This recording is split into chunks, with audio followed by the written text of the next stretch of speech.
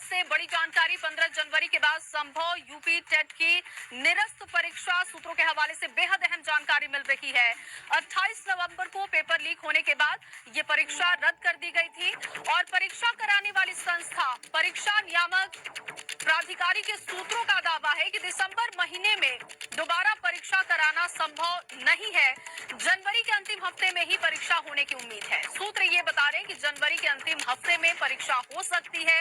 15 जनवरी के बाद से ही परीक्षा हो पाएगी, ये सूत्र बता रहे हैं। पेपर तैयार करने, छपवाने, पैकेट तैयार करने और जिलों में भेजने में वक्त लगता है। अभी पेपर छपने वाली एजेंसी तय नहीं हो पाई है और इसीलिए दावा किया जा रहा है कि जनवरी के अंतिम हफ्ते में पेपर हो सकता है। फिर से इस बार प्रयागराज के राजकीय मुद्रालय में छपवाया जा रहा है पेपर और प्राधिकारी के नए सचिव अनिल भूषण चतुर्वेदी ने कल ही प्रयागराज में कार्यभार संभाला है और ऐसे में अब दोबारा परीक्षा के लिए जनवरी के अंतिम हफ्ते को तय माना जा रहा है। हालांकि सूत्र ये बता रहे हैं। मोहम्मद मोइन मेरे सहयोगी इस वक्त मौजूद हैं।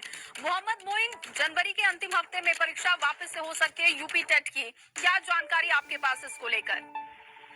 देखिए, 28 नवंबर को पेपर लीक होने के बाद यूपी टीईटी की परीक्षा जो है वो निरस्त कर दी गई थी। तमाम अभ्यर्थियों को, लाखों की संख्या में अभ्यर्थियों को मायूस होकर वापस लौटना पड़ा था। उस वक्त सरकार की तरफ से ये दावा किया गया था कि 1 महीने के अंदर ही निरस्त हुई परीक्षा को दोबारा करा दिया जाएगा।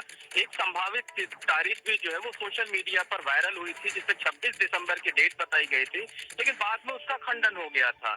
लेकिन हमारे सूत्र जो बता रहे हैं वो ये बता रहे हैं कि दिसंबर महीने में परीक्षा हो पाना कतई संभव नहीं है, क्योंकि परीक्षा की एक लंबी प्रक्रिया होती है, बहुत बड़ी संख्या में अभ्यर्थी हैं।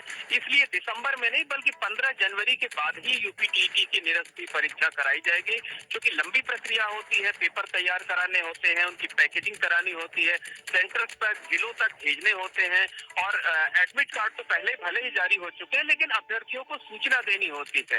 इसके साथ साथ ये भी देखना होता है कि छुट्टी के दिन कौन सी ऐसी तारीख खाली है जिसमें कोई दूसरी बड़ी परीक्षा नहीं है, क्योंकि टीईटी में बहुत बड़ी संख्या में अभ्यर्थियों ने आवेदन किया है, तो पूरी प्रक्रिया में तकरीबन 2 महीने का वक्त लगेगा। तो हमारे सूत्र ये जानकारी दे रहे हैं कि टीईटी की जो निरस्त हुई परीक्षा है वो 15 जनवरी के बाद ही होगी और बहुत मुमकिन है कि जनवरी महीने के नए साल का जो जनवरी महीना होगा उसके आखिरी हफ्ते में कराई जाएगी। तो अभ्यर्थियों को भी